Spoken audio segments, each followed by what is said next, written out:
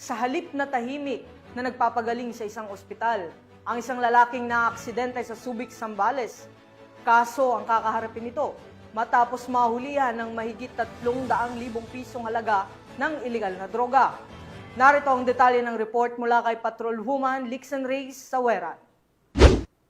Isang lalaki na naaksidente sa kalsada ang nahulihan ng ilegal na droga matapos itong isugod sa James L. Gordon Memorial Hospital, Barangay Asinan, Olongapo City. Kinilala ni Police Colonel Richie R. Claraval, officer in charge ng Olongapo City Police Office, ang suspect na si alias Frank, 54 anyos, residente ng Purok 7, Barangay Amungan, Iba, Zambales. Siya ay nasangkot umano sa isang self-vehicular accident sa Pamatawan, Subic, Zambales at dinala sa ospital para sa agarang lunas. Habang inaalis ang mga personal na gamit ng sospek bago ito gamutin, napansin ang isang Berdeng coin purse na nakasuksok sa bewang nito at nadiskubre ang isang sachet na may lamang hinihinalang shabu na may timbang na 50.63 gramo at tinatayang halagang 344,284 pesos kasama ang 9 na piraso ng tig-1,000 pisong papel. Dinala ang mga ebidensya para sa dokumentasyon at tamang disposisyon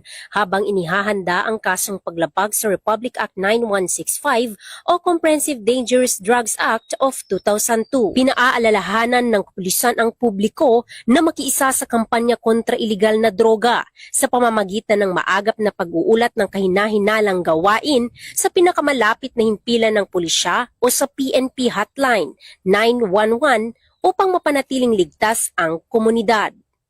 Mula dito sa Police Regional Office 3, ako ang inyong PNN Correspondent, Patrolwoman Lixen Reyes A. Saweran, alagad ng batas, tagataguyod ng Balitang Pulis.